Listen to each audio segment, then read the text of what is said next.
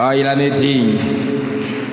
Bonjour à tous et bienvenue dans la maison de Dieu.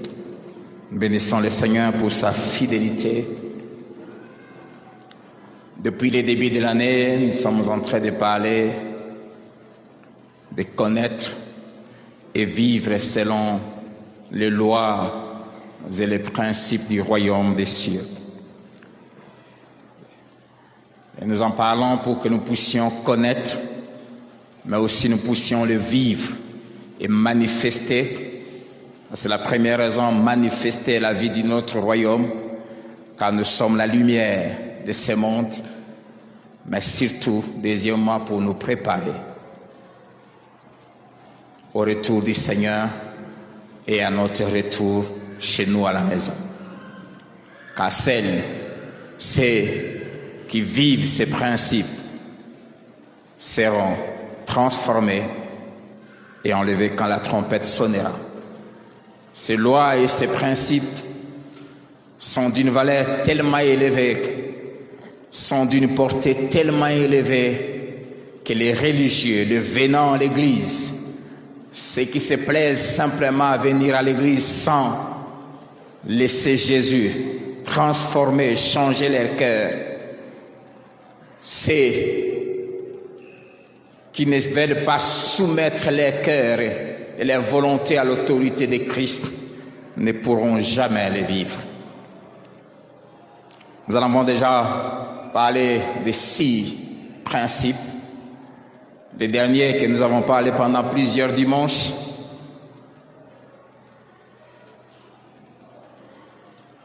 Nous avons parlé de connaître et de vivre selon les institutions de Dieu. Et nous avons longuement parlé de la première institution, mais je crois que par la grâce de Dieu, nous aurons à évoquer 2 autres institutions, la Sainte Seine et le baptême.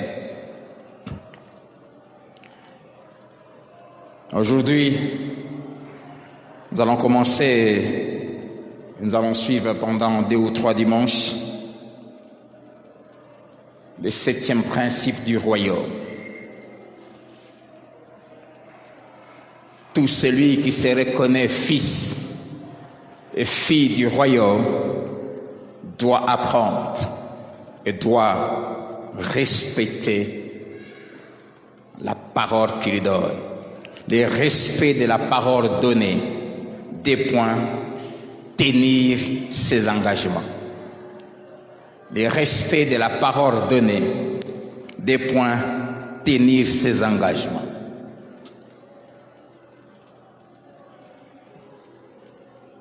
C'est une valeur que les gens de ce monde ne savent pas et ne peuvent pas vivre. Mais quiconque se dit fils et fille du royaume doit apprendre non seulement à ne pas ouvrir sa bouche par plaisir, mais aussi quand il ouvre sa bouche et prend un engagement, il doit le tenir. Et nous sommes toujours en train de parler de la constitution du royaume où le Seigneur avait évoqué ces différentes lois du royaume. Matthieu chapitre 5, versets 33 à 37. Matthieu chapitre 5, versets 33 à 37. Et nous allons aussi lire Lévitique 19, le verset 12, d'où était tirée cette loi, mais qui a été, comme les précédentes que nous avons vues, mal interprétée, mal utilisée par les Juifs qui avaient résolu d'adapter la parole de Dieu à leur volonté et à leurs propres coutumes, leurs manières de penser et d'être. Aussi, À part Lévitique 19, verset 12, nous lirons aussi Nombre 30, verset 2 à 3. Matthieu chapitre 5, verset 33. Vous avez appris qu'il a été dit aux anciens, tu ne te parjureras point, mais tu t'acquitteras envers le Seigneur de ce que tu as déclaré par serment. Mais moi je vous dis de ne jurer aucunement, ni par le ciel, parce que c'est le trône de Dieu, ni par la terre, parce que c'est son marchepied, ni par Jérusalem, parce que c'est la ville du grand roi. Ne jure pas non plus par ta tête, car tu ne peux rendre blanc ou noir un seul cheveu. 37. Que votre parole soit oui, oui, non, non. Ce qu'on y ajoute vient du malin, c'est-à-dire du diable. Ce qu'on y ajoute vient du malin. Lévitique 19, verset 12.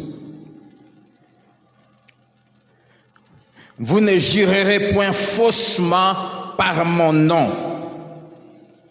Vous ne jurerez point faussement par mon nom, car tu profanerais le nom de ton Dieu. Je suis l'Éternel. Chaque fois quand vous voyez dans l'Ancien Testament, Dieu évoque une loi ou donne une instruction, quand il dit à la fin, je suis l'Éternel, c'est sa signature. Ça veut dire que c'est une ordonnance. Et il attend que ça soit mis en pratique par ceux qui se réclament de lui. Je suis l'Éternel. Nombre 30, versets 2 à 3. Moïse parla au chef des tribus des enfants d'Israël et dit, voici ce que l'Éternel ordonne. Lorsqu'un homme fera un vœu à l'Éternel ou un serment poussé lié par un engagement, souligner ça, il ne violera point sa parole. Il agira selon tout ce qui est sorti de sa bouche. On peut dire Amen. En disant Amen, tu as déclaré qu'il en soit ainsi dans ma vie. Amen. Que Dieu soit béni.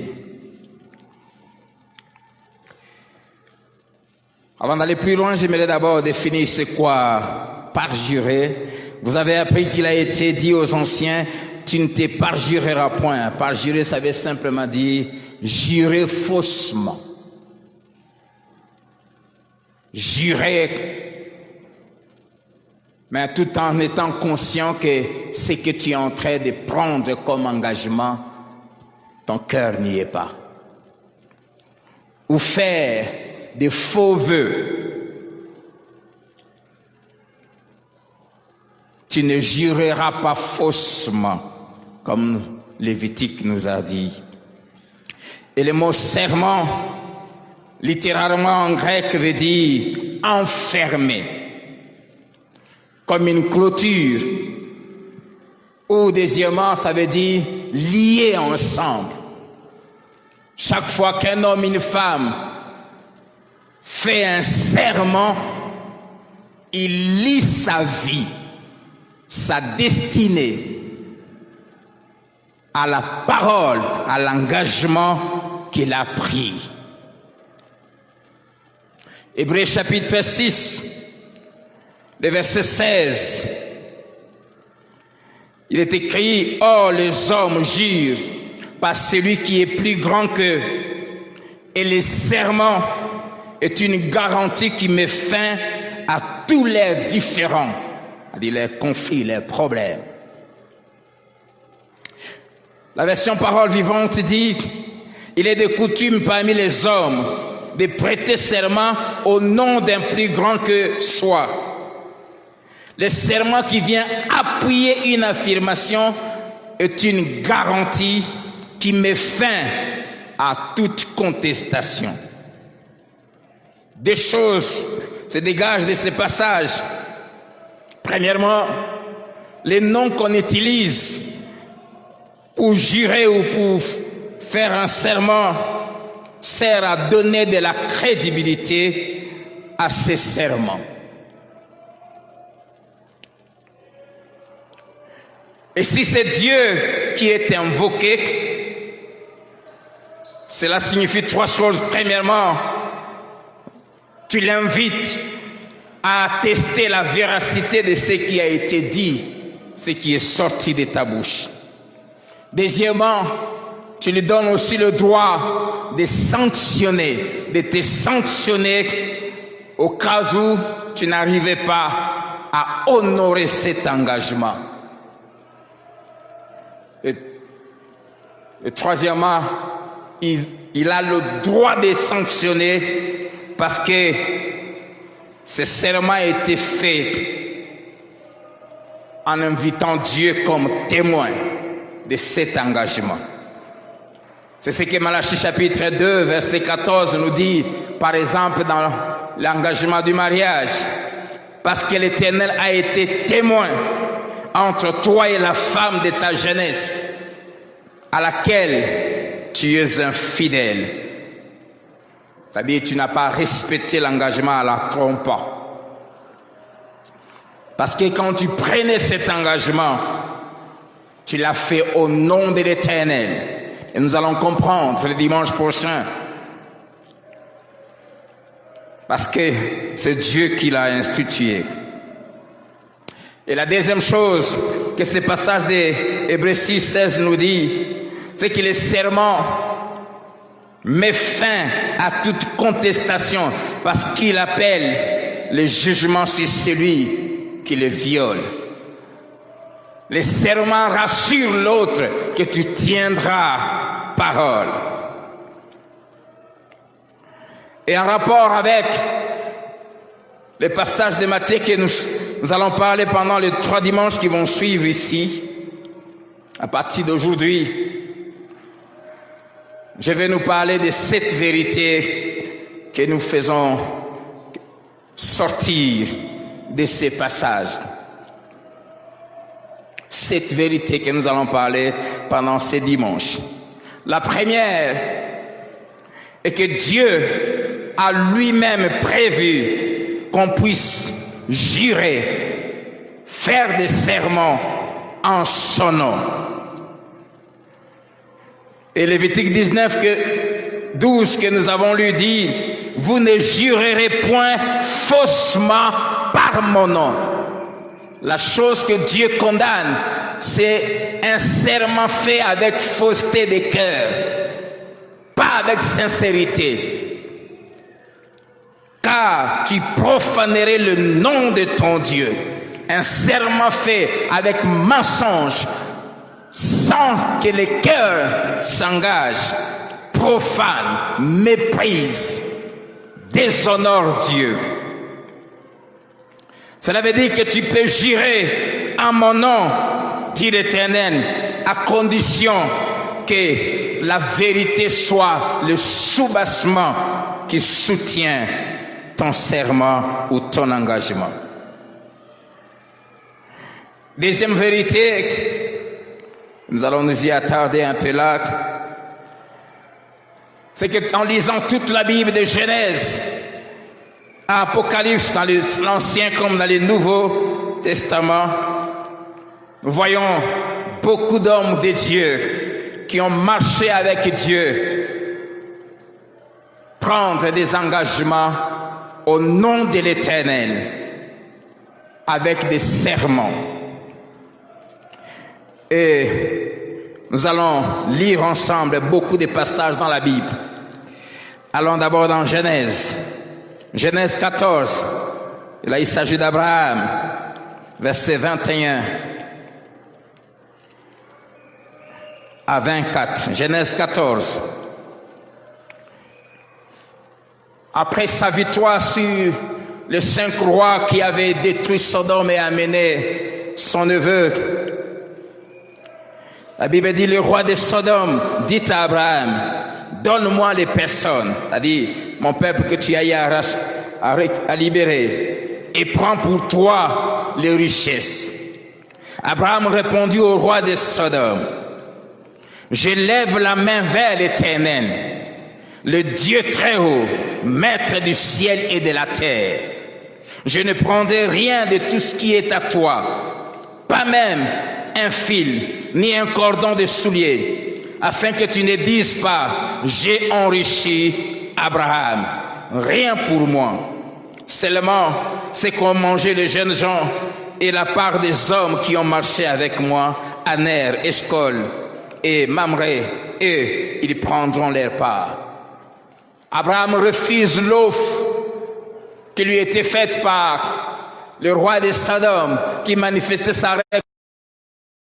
Dieu très haut, maître du ciel et de la terre, le Dieu que je sers, je ne prendrai rien de tout ce qui est à toi, pas même un fil. Abraham a pris un engagement avec serment. Et ce que j'aime avec les hommes de Dieu, les fils de Dieu, les filles de Dieu, c'est qu'ils respectent les engagements. Genèse 21, versets 22 à 24.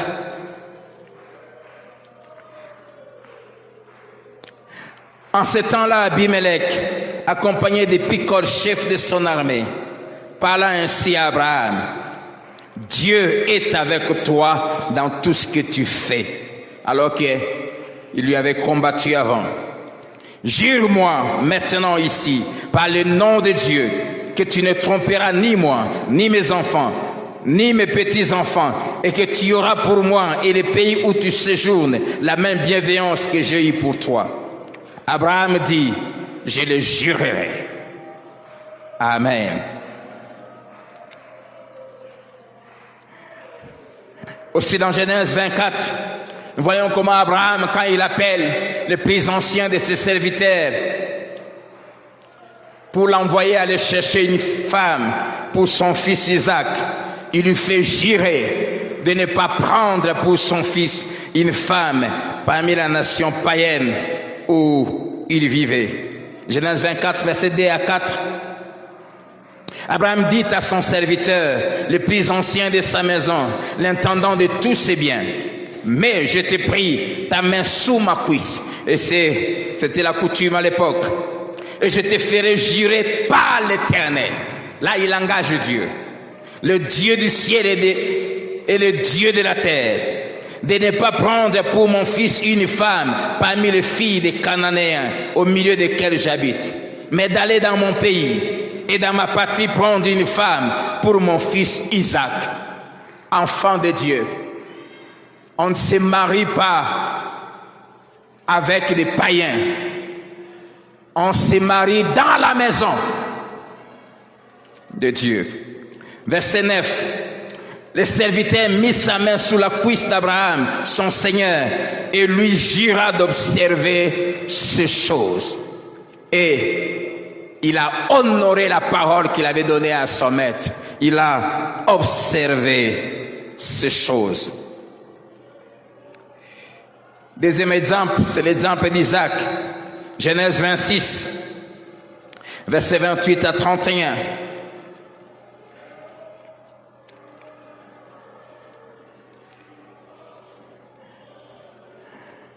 Alors qu'il était comme rejeté par le roi de Guérard, mais après qu'on ait vu que malgré tout le combat qu'on lui avait fait livrer, Dieu se manifestait dans sa vie, ils sont venus vers lui pour solliciter la paix.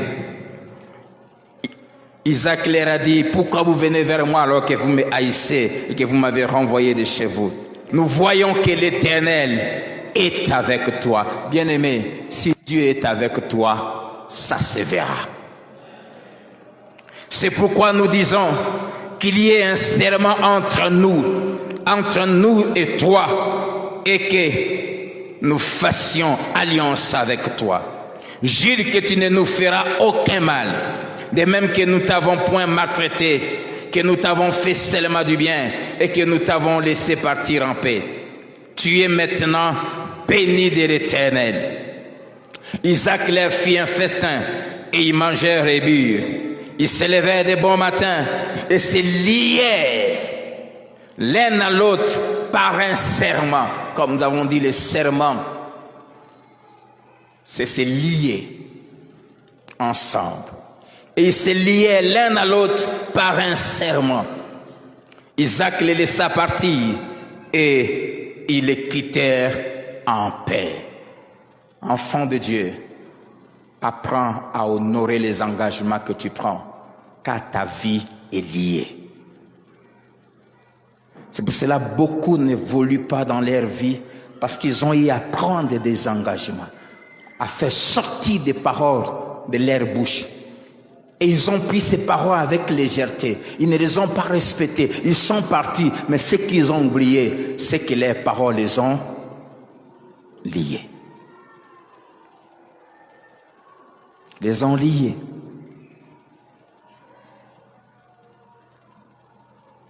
Et ça te poursuivra. Rien n'évoluera dans ta vie jusqu'à ce que tu honores les engagements que tu avais pris.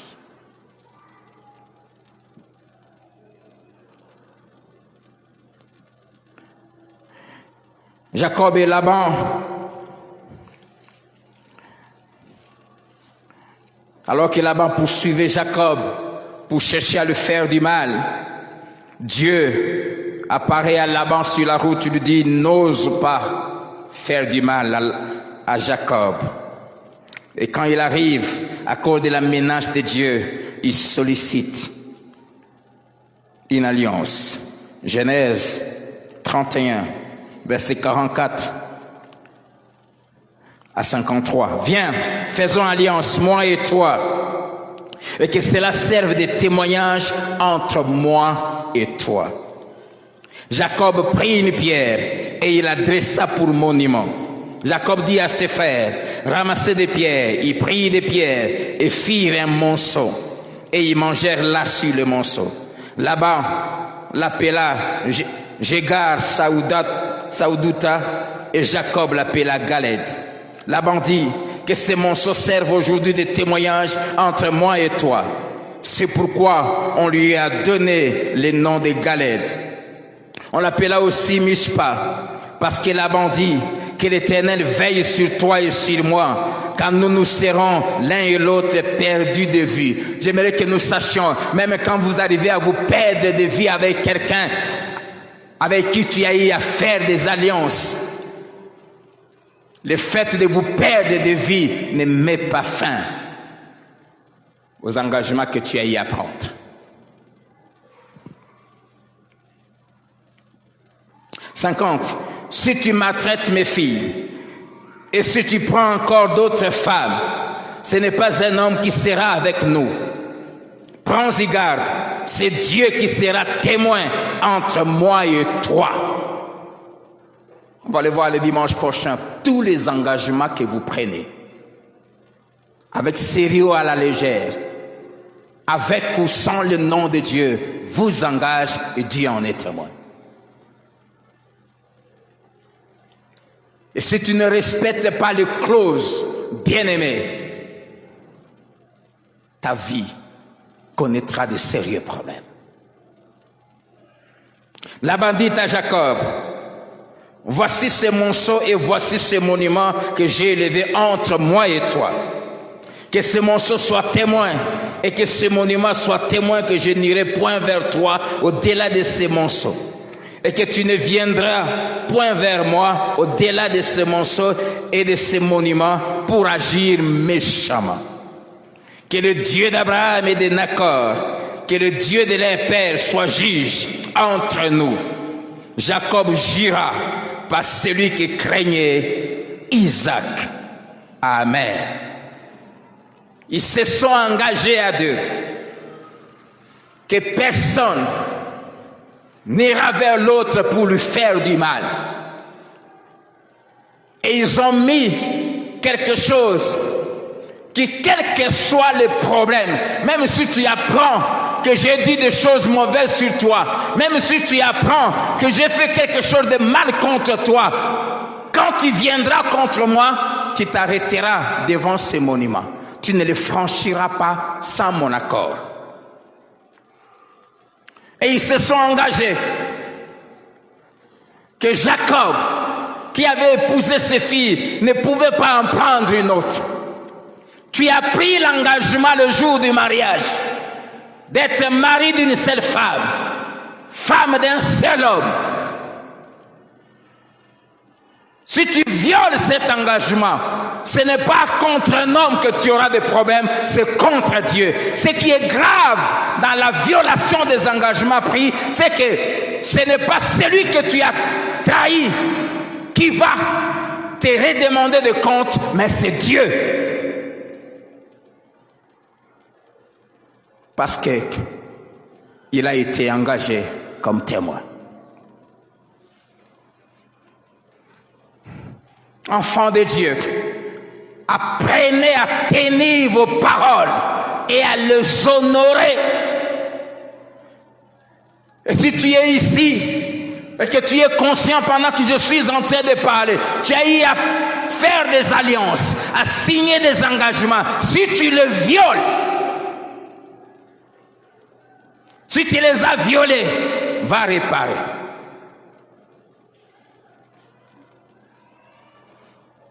Je vais les répéter pendant tous ces dimanches qui vont suivre. Apprenons à partir de ce matin à ne jamais prendre des engagements avec précipitation.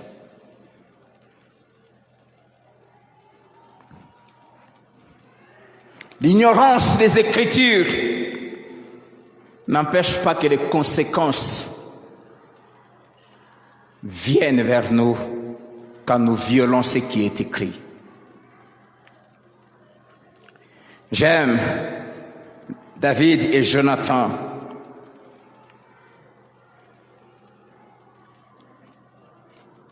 Nous prenons des engagements tous les jours, dans les affaires, à l'église. Vous savez pourquoi beaucoup de chrétiens, même ici à Philadelphie, n'évoluent pas? C'est tous ceux qui se disent ouvriers. Vous avez suivi la formation sur la vision. Après, on a eu des entretiens avec vous. On vous a fait connaître les 13 conditions à remplir pour servir. Vous vous êtes engagés, mais vous ne les honorez pas. Je n'en parle plus, mais j'ai demandé simplement à Dieu, au nom de qui tu as pris ces engagements, de s'occuper de toi.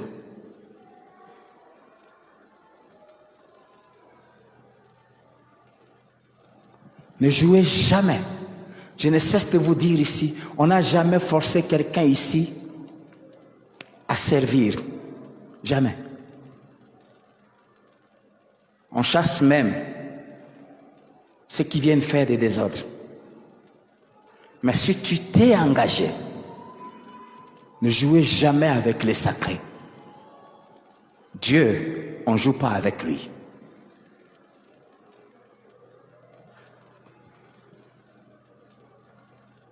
La source de beaucoup de malheurs chez les chrétiens, c'est qu'ils prennent à la légère des engagements. La Bible dit que c'est un piège. On va parler de ce passage dimanche prochain. C'est un piège pour l'homme que de prendre à la légère un engagement. Et la Bible ajoute sacré. Et de ne réfléchir qu'après avoir fait un serment. C'est un piège. Vous savez c'est quoi un piège? Il y a des gens qui sont nés au village ici comme moi. Demandez aux villageois comme nous c'est quoi un piège. Vous les enfants de la cité, vous ne savez pas.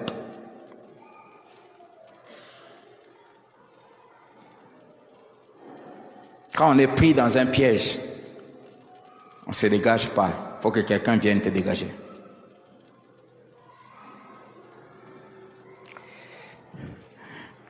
Un Samuel 20.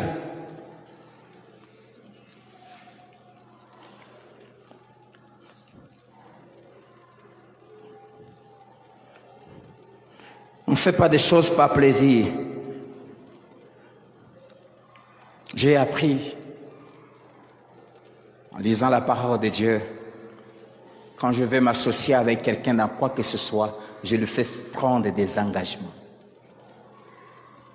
Tout ce que j'ai eu à prendre comme travailleur, je sais que beaucoup en veulent à ma vie. Je n'ai pas le temps de contrôler les gens. Comprennent, quand on prend quelqu'un comme travailleur à la maison,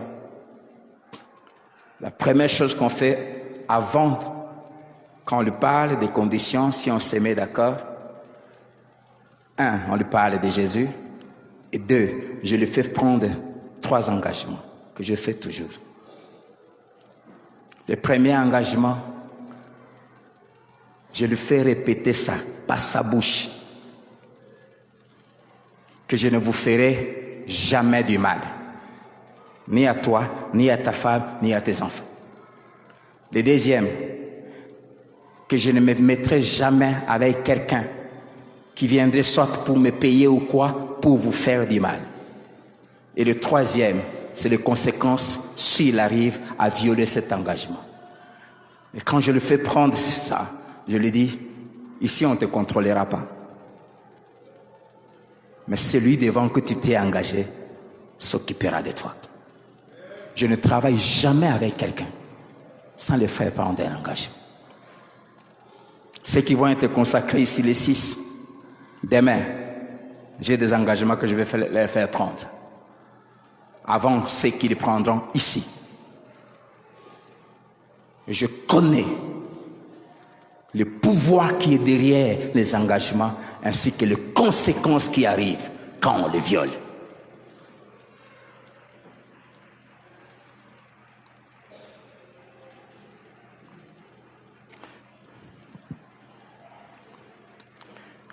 Un Samuel 20, versets 12 à 16, et puis le verset 23 et le verset 42 à 43. J'aime ça.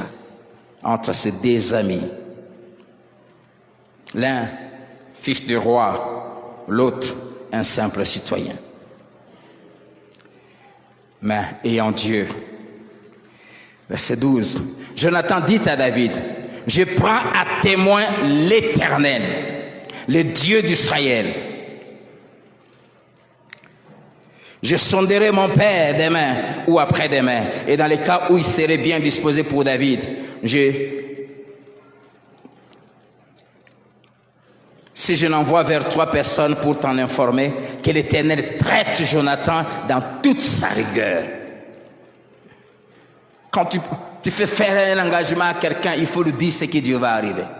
C'est pour cela que dans le mariage ici chez nous, on laisse se marier de dire ce qu'ils veulent se dire entre eux, mais d'abord on commence par leur faire dire la parole de Dieu.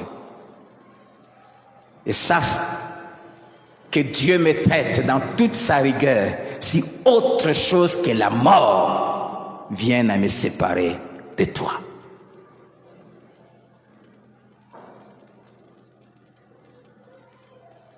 Je crois l'année prochaine, je vais ajouter autre chose, que Dieu me traite dans toute sa rigueur si tu arrivais à me tromper.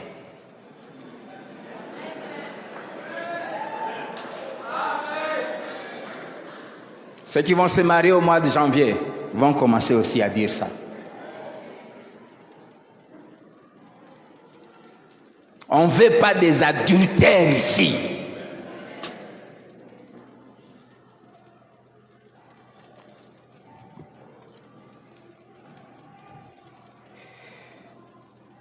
Si je dois vivre encore, veille user envers moi de la bonté de l'Éternel. Et si je meurs, ne retire jamais ta bonté envers ma maison. Pas même lorsque l'Éternel retranchera chacun des ennemis de David de dessus la face de la terre. Et David a accepté ces paroles que Jonathan lui faisait dire. Car Jonathan a fait alliance avec la maison de David. Que l'Éternel tire vengeance des ennemis de David. Verset 23. L'Éternel est à jamais témoin de la parole que nous nous sommes donnés l'un à l'autre. L'Éternel est à jamais. C'est pas pour un temps, pour toujours. Témoin des paroles que nous nous sommes donnés l'un à l'autre. Verset 42. Et Jonathan dit à David, va en paix. Maintenant que nous avons juré l'un à l'autre au nom de l'Éternel en disant que l'Éternel soit à jamais entre moi et toi, entre ma postérité et ta postérité. Amen. Si vous avez à prendre des engagements, apprenez à les dire à vos enfants. Parce que les engagements que vous n'honorez pas, vos enfants auront à payer les conséquences.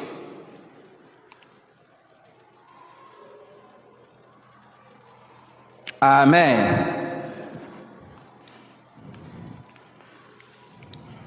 Maintenant que nous avons juré l'un à l'autre au nom de l'Éternel.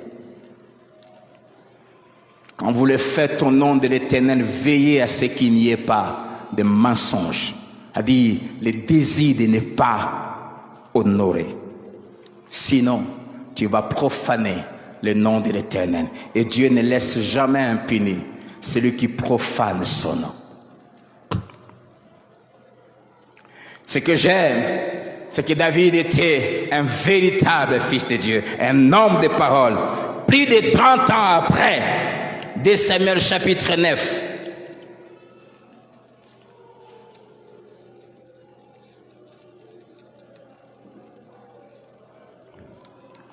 versets 1 à 7. David dit, là il était roi déjà depuis plusieurs années. Reste-t-il encore quelqu'un de la maison de Saül pour que je lui fasse du bien à cause de Jonathan, à cause des serments que j'avais fait avec Jonathan? Il y avait un serviteur de la maison de Saül nommé Tchiba, que l'on fit venir auprès de David. Le roi lui dit, es-tu Tchiba? Et il répondit, ton serviteur. Le roi dit, n'y a-t-il plus personne de la maison de Saül pour que j'use envers lui de la bonté de Dieu? Et Tchiba répondit au roi, il y a encore un fils de Jonathan, perclus de pieds. Et le roi lui dit, où est-il? Et Tchiba répondit au roi, il est dans la maison de Makir, fils d'Amiel, à Lodébar. Le roi David l'envoya chercher dans la maison de Makir, fils d'Amiel, à Lodébar. Et Mephibosheth, fils de Jonathan, fils de Saül, vint auprès de David, tomba sur sa face et se prosterna. David dit, Mephibosheth. Et il répondit, voici ton serviteur. David lui dit, ne crains point, car je vais te faire du bien à cause de Jonathan ton père. Je te rendrai toutes les terres de Saül ton père, et tu mangeras toujours à ma table. Amen. L'engagement qu'ils avaient pris, non seulement de fidélité l'un envers l'autre, mais aussi même envers leurs enfants de génération en génération. Ne soyez pas des amis traîtres, des gens qui trahissent leur amitié, qui trahissent les autres. Ce n'est pas la nature des fils et des filles du royaume. Si vous n'êtes pas sûr que vous tiendrez un engagement, ne le prenez pas.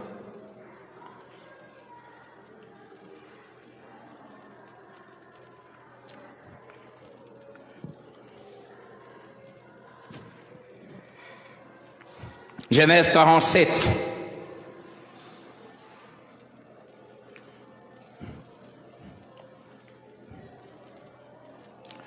Verset 29 à 31.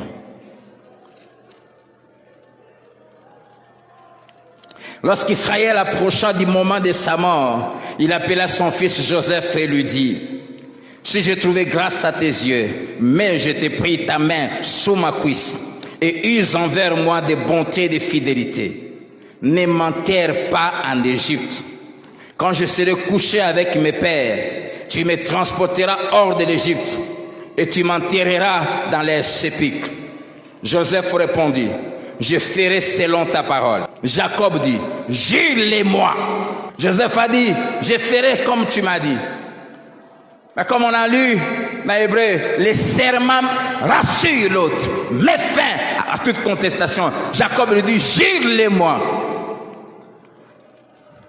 C'est-à-dire, engage-toi d'une manière irrévocable. Les serments, c'est s'engager d'une manière irrévocable.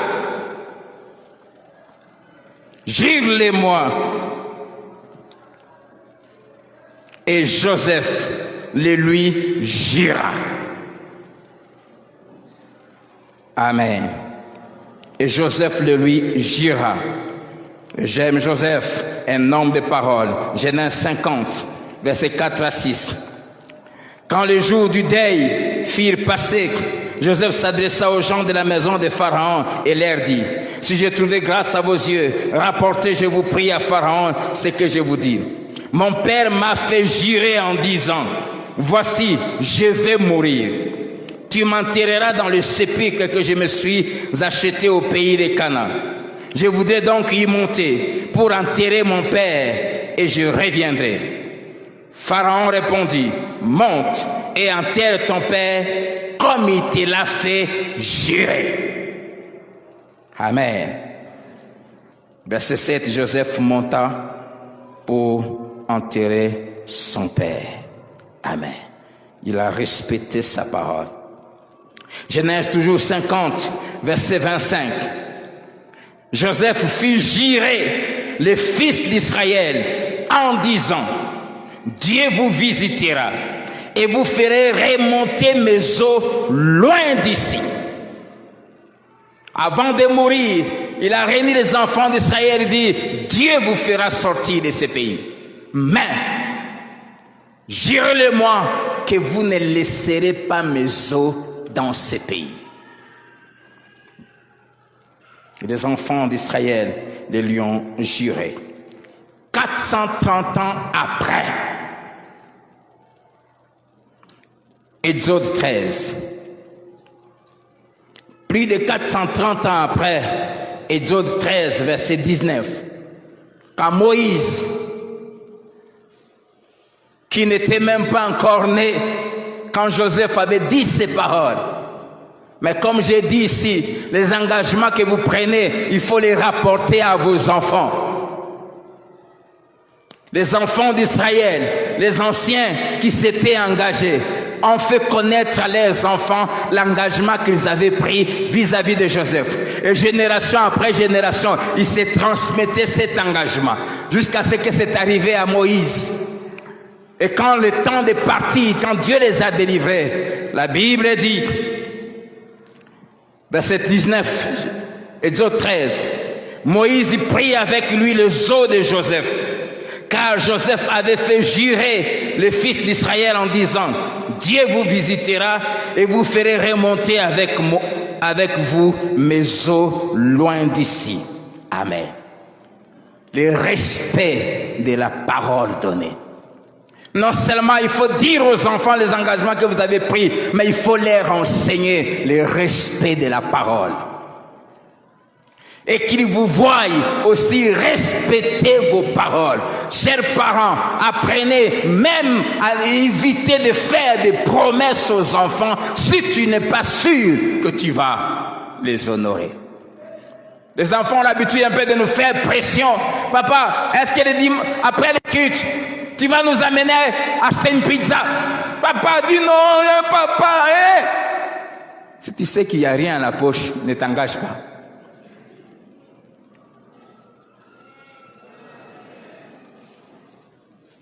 Dis, je le ferai quand ça sera possible. Mais si tu veux te débarrasser de lui, tu dis, bon, d'accord, laisse-moi tranquille, on va le faire. Pour l'enfant, tu t'es pas débarrassé. L'enfant a pris ça au sérieux. Si tu ne le fais pas, ta parole va commencer à perdre de l'autorité auprès de l'enfant. Amen. Amen.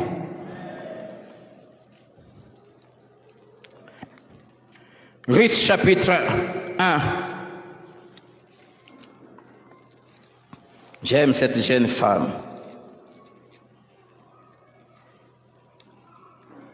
Ruth 1, verset 16 à 18. Ruth répondit à sa belle-mère Naomi: ne me presse pas de te laisser de retourner loin de toi. Où tu iras, j'irai. Où tu demeureras, je demeurerai. Ton peuple sera mon peuple et ton Dieu sera mon Dieu. Où tu mourras, je mourrai et j'y serai enterré. C'était les engagements qu'elle-même prenait. Et pour montrer son sérieux, elle y ajoute un serment. Que l'Éternel me traite dans toute sa rigueur, si autre chose que la mort vient à me séparer de toi.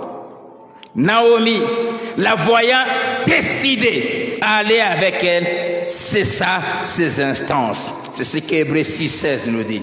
Le serment met fin à toute con. Jusqu'à là, Naomi disait non, je suis déjà vieille, je ne saurais pas avoir des enfants pour qu'ils grandissent et que tu trouves un mari. Non. Mais quand Ruth a pris l'engagement d'aller avec elle, et elle en a ajouté un serment, Naomi, qui était juive, qui connaissait la place du serment, a cessé d'insister. Elle a vu dans les yeux de Ruth la fermeté et la détermination à faire ce qu'elle a dit, quel qu'en soit les prix. Amen. Souvent, ce qui me fait mal, quand je bénis les mariages ici, tu entends les paroles.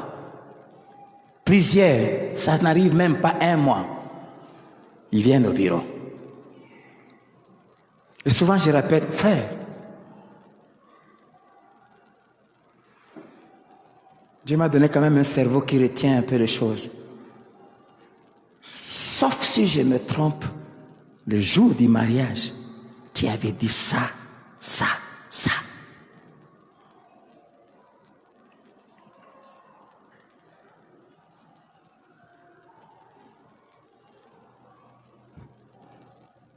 Quand tu prends un engagement, il faut que tu en sois décidé.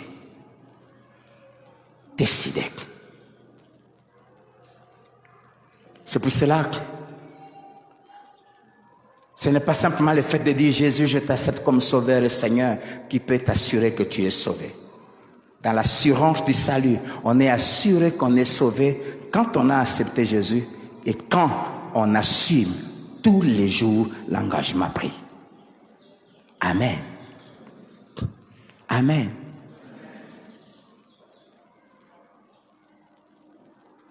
Et c'est là, tiens une parole. Ça fait plus de 32 ans que j'ai dit à Jésus oui. Je n'ai jamais fait un jour un pas en arrière. Et je ne le ferai pas. J'ai 3 devises qui dirigent ma vie. La première, ne jamais trahir Dieu. Et qui ne regrette pas de m'avoir choisi pour le servir. La deuxième, ne jamais trahir ma femme et qu'elle ne regrette pas de m'avoir épousé. Et la troisième, ne jamais trahir l'Église et que je ne sois jamais un sujet de scandale.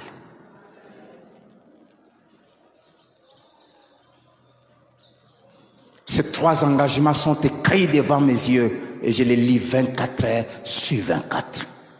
Apprenez à tenir parole. Si tu as vraiment accepté Jésus, nous le saurons en voyant comment tous les jours, quelles que soient les circonstances, tu ne recules pas. Dieu cherche les hommes et les femmes de parole. Le respect de la parole donnée. Amen. Josué chapitre 9, versets 15 à 19.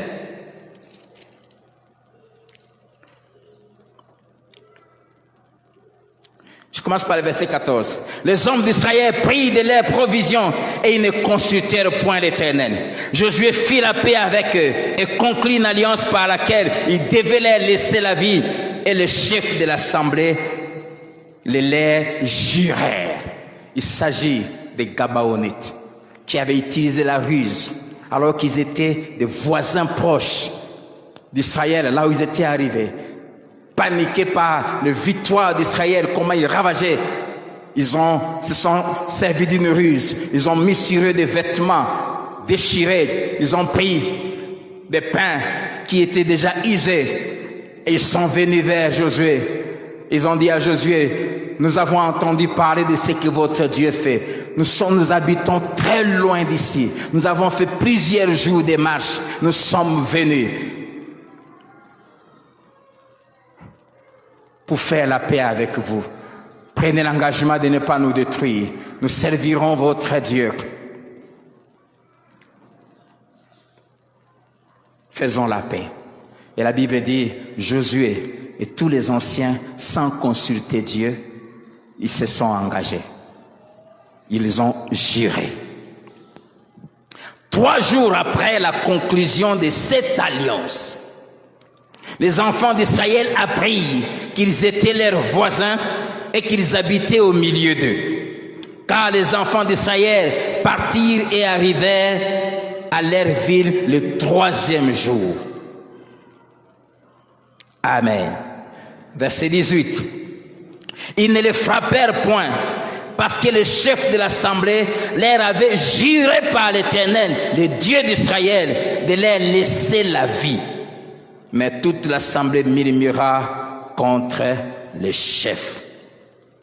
Et tous les chefs dirent à toute l'assemblée, nous leur avons juré par l'Éternel, le Dieu d'Israël, et maintenant nous ne pouvons les toucher. Amen. Nous avons déjà juré, nous avons commis une erreur, nous avons juré. Maintenant que nous découvrons qu'ils nous ont menti, nous ne pouvons plus changer, parce que nous avons pris un serment devant l'Éternel. Nous avons engagé Dieu. Parmi les caractéristiques que doivent remplir ceux qui veulent avoir accès à la présence de Dieu, ceux qui veulent adorer Dieu, être en communion avec Dieu, Psaume chapitre 15, verset 4 dit, ils ne se rétractent pas après avoir pris un engagement à leur préjudice. Si tu as pris un engagement envers quelqu'un et après tu découvres que tu as fait une erreur, si tu es fils de Dieu, fille de Dieu, tu ne peux plus revenir en là.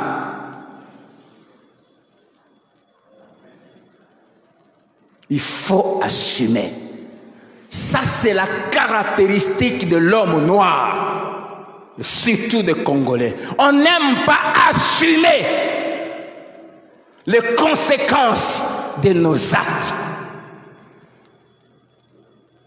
Et si tu veux éviter ça, la Bible dit, celui qui réfléchit sur les choses trouve le bonheur. Si tu veux éviter de te retrouver dans ce genre de désagréments, apprends à réfléchir avant de prendre un engagement. Et la meilleure prudence consiste à consulter l'Éternel. Amen.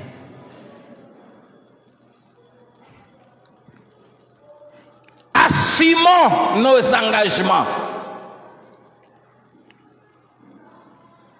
Oh, je viens de découvrir, vraiment, il y a une compatibilité de caractère. Assume. C'est toi-même qui l'avais choisi. Balingela oyete, yo moko. Amen.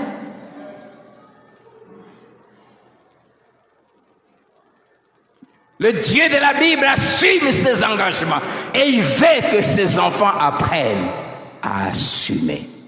Dis à ton voisin, assume tes engagements.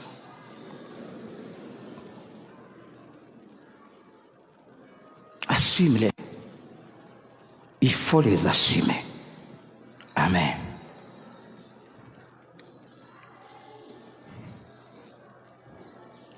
Je vais clôturer aujourd'hui par 2 Samuel chapitre 15.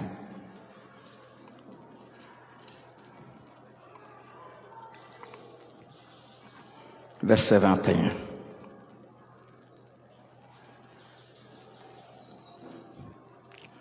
David avait un collaborateur merveilleux qui s'appelait Itaï. Quand David fuyait son fils, alors qu'il a perdu la royauté, Itaï, qui était un collaborateur fidèle, le suit. Et David lui dit, tu ne gagneras rien à me suivre, parce que là, je ne sais même pas ce qui va arriver demain, comment cette histoire va se terminer.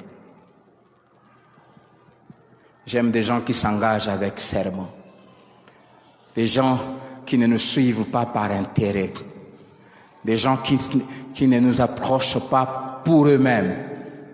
Si tu approches quelqu'un, il faut l'approcher pour lui, mais pas pour toi. Dieu ne nous a pas approchés pour lui, il nous a approchés pour nous. Parce que Dieu ne perdait rien de ne pas nous avoir avec lui. Dieu est venu vers nous pour nous.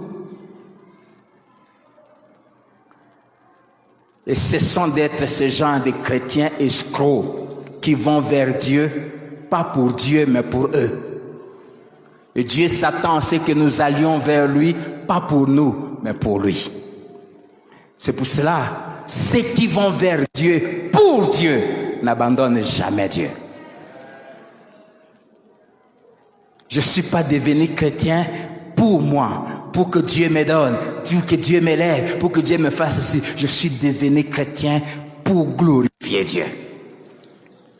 Je suis allé vers lui pour l'honorer, pour l'aimer, pour le craindre, pour le servir et pour vivre pour lui. C'est pour cela qu'il fasse ou pas ce que j'attends, ce que je lui demande, je ne l'abandonnerai pas parce que je suis allé vers lui pour lui. Les gens qui viennent vers nous pour eux finissent toujours par partir. Parce que quand on bloque et on les empêche d'avoir, c'est pourquoi ils sont venus vers nous.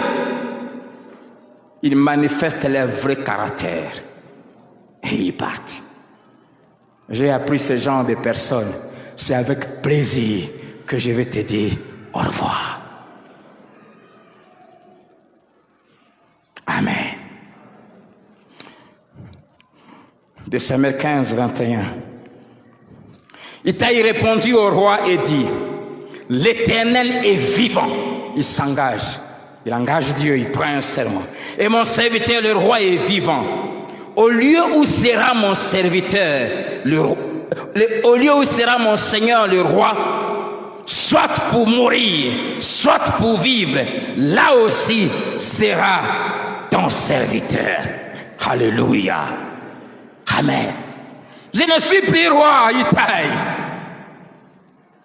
Et David est sorti du palais royal sans rien amener. La Bible dit même qu'il est sorti pieds nus. Il n'avait rien. Seigneur, donne-moi des collaborateurs qui s'attachent à moi, pas pour eux, mais pour moi. David n'avait plus rien. Tout le monde l'avait abandonné. David dit, rentre Itaï. Il jure au nom de Dieu en disant, là où mon maître sera, là où je serai. Le vrai serviteur, Jésus a dit, si quelqu'un me sert, qu'il me suive.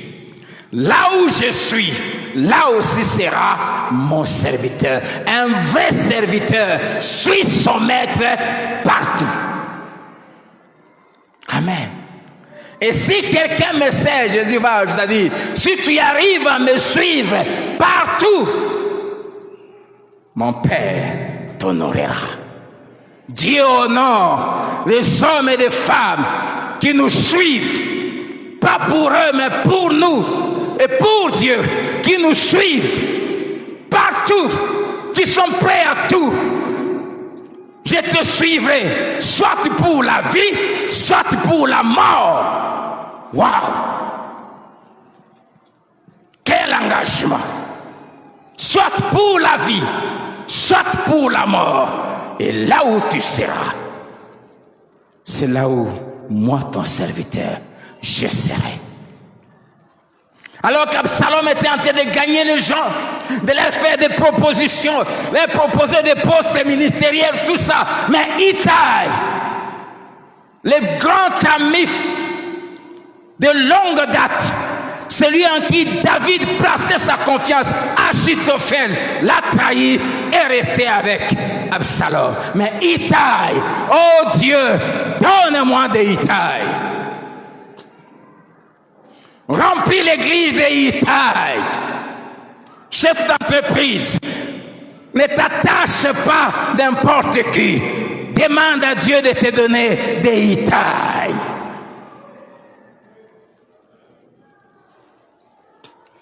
Respect de ses engagements. J'ai décidé de te servir. Même si aujourd'hui tu n'es plus roi, je vais te suivre. Quand il regarde David dit, je sais que tu es pieds nus. Je sais que tu n'as même pas où dormir. Je ne sais pas de quoi sera fait notre avenir demain.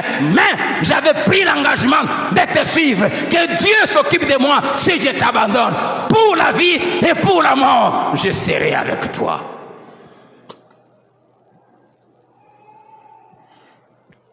Est-ce qu'un mari qui est à côté de sa femme peut dire ça à sa femme? Papa Charles. Papa Serge, je vois les maris qui ont l'air.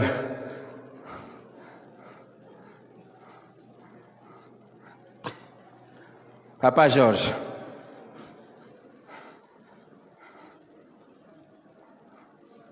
Ah, Papa Michel, je vois Maman Jandel.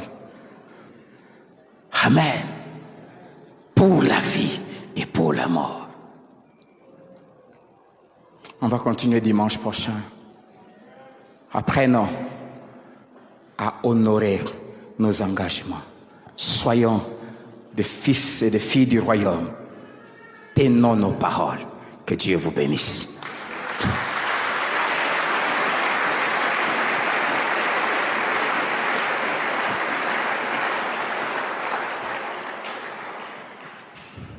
Est-ce qu'on peut incliner nos têtes dans la prière? Si tu es fils et fille de Dieu, j'aimerais que tu dises à Dieu, je prends la résolution à dater d'aujourd'hui de tenir mes engagements. Je vais être un homme de parole. David s'écrie en disant, sauve ô Éternel, car les hommes fidèles disparaissent. Les hommes de parole, les femmes de parole. Oh Dieu, donne à ton église les hommes de parole. Je nous ai déjà dit ça ici plusieurs fois. Même les païens soient à la recherche des hommes dignes de confiance. Prends l'engagement de tenir tes engagements. Et si quelque part tu as commencé ou tu as eu à ne pas honorer tes engagements,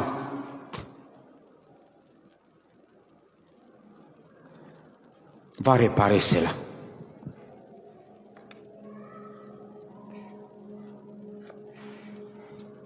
Parle au Seigneur.